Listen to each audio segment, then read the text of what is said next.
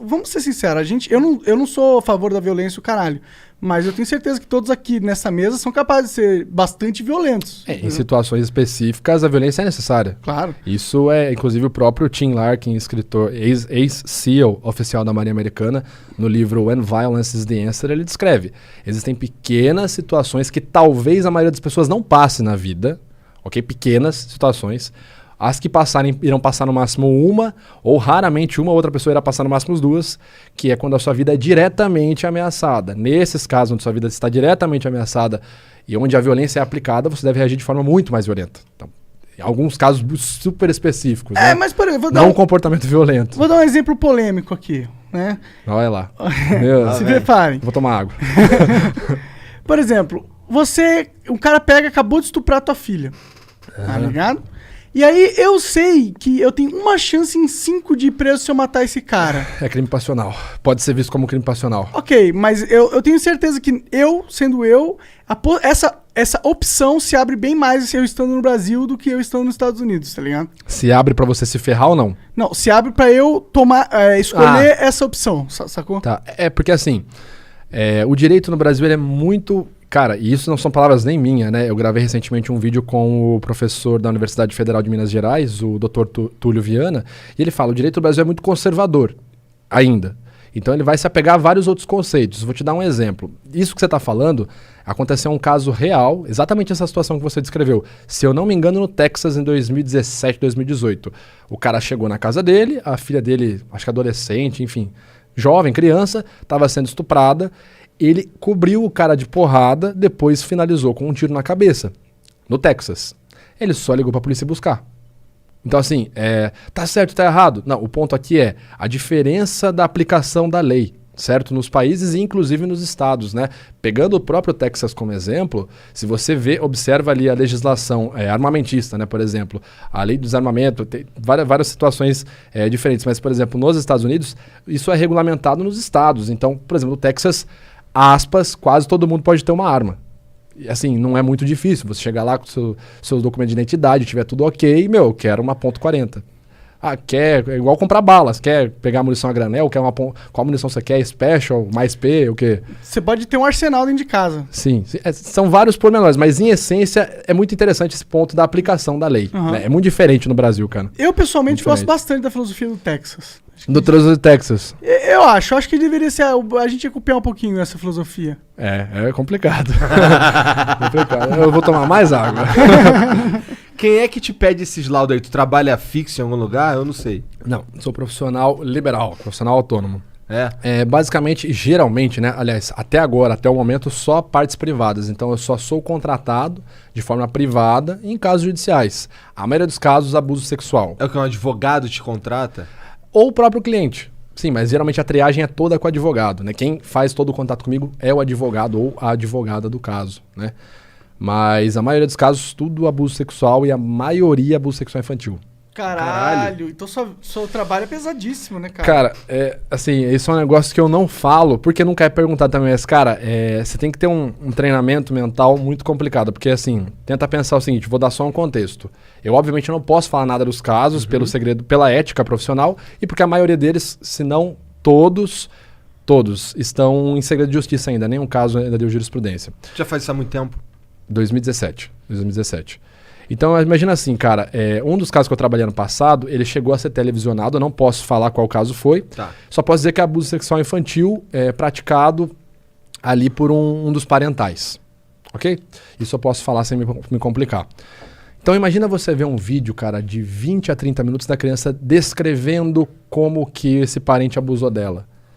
E aí você tem que ver mais vídeos dessa criança entrando em contato com esse parente em festas de família e você vê a criança reagindo, a criança vomitando quando ela vê esse parente. Então, tipo... E você tem que ficar ali, cara, porque, tipo assim, interessa o meu juízo de valor. Além de eu estar fazendo essa análise, eu ainda posso estar errado, cara. Eu tenho que pensar isso. Porque a justiça brasileira, ela é assim. Quem tem que provar alguma coisa é quem acusou. A pessoa que foi acusada, ela é inocente, até que se prove o contrário, ok? Inclusive, eu falei isso numa entrevista do TV Fama quando foi sobre o caso Prior. Eu falei, o Prior é inocente, até que se prove o contrário. Acabou minha participação, a apresentadora falou, então, como vocês viram, o perito falou que ele mentiu. Foda, né, cara? Foda. Só um negócio veio na cabeça aqui agora. Aí eu termino de falar aqui, o Igor vira, então, vocês viram que ele disse aqui que mentiu mesmo, na cara dura. Mas é complicado, cara, você passar 30 minutos vendo uma criança descrever um abuso e, tipo, você ter que sair pra ir viver o seu dia e tal. É uma experiência complicada, cara. Com todo respeito, não queria ter o seu trabalho, não. Não, cara, muitas vezes não é interessante, cara. Não é interessante. Mas assim, o que eu me prendo muito, porque ano passado a gente realizou uma pesquisa que inclusive saiu esse ano, está sendo feito o FABS, que é o primeiro sistema facial apenas voltado para crianças. É uma pesquisa pela Juliana Negrão, pesquisadora da Mackenzie. Então eu participei dessa pesquisa ano passado. Então a gente está fazendo trabalhos interessantes na área da pedagogia para realmente ajudar as crianças. Então você tem um filho, e aí seu filho chega da escola e tal. Às vezes você tá lá, rotina, você tá mexendo no celular e tal, parará. Aí chegou seu filho, você, e aí, como é que foi? Ah, foi bom. E você nem tirou o olho do celular, você tá lá, legal, vai tomar banho, vai jantar, tua mãe tá lá. Cara, nisso, a criança te entregou e você não percebeu. Entendi. Então, assim, a gente tava montando uma pesquisa interessante. Então, isso me alivia mais.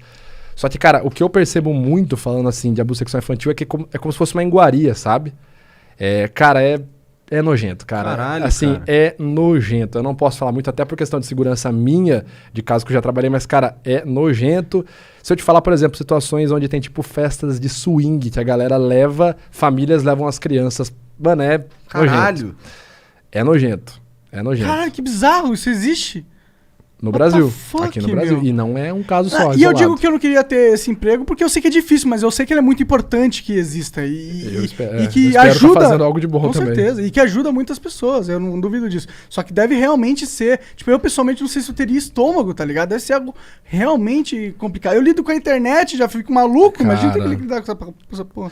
Cara, é o que eu falo. Quando você lida com essas situações doentias, cara, você vê outras coisas e fala, mano, releva, isso é de boa. Cara, é complicado. Assim, eu tô trabalhando num outro projeto paralelo, que eu espero poder falar sobre ele logo em breve, né? Que é uma série, não posso falar muita coisa, mas é uma série que eu espero que dê certo esse projeto. A gente tá nas tratativas aí. Mas é sobre um serial killer, um assassino estuprador em série, que basicamente, cara, eu fiz até um vídeo sobre ele, é o assassino da minha infância.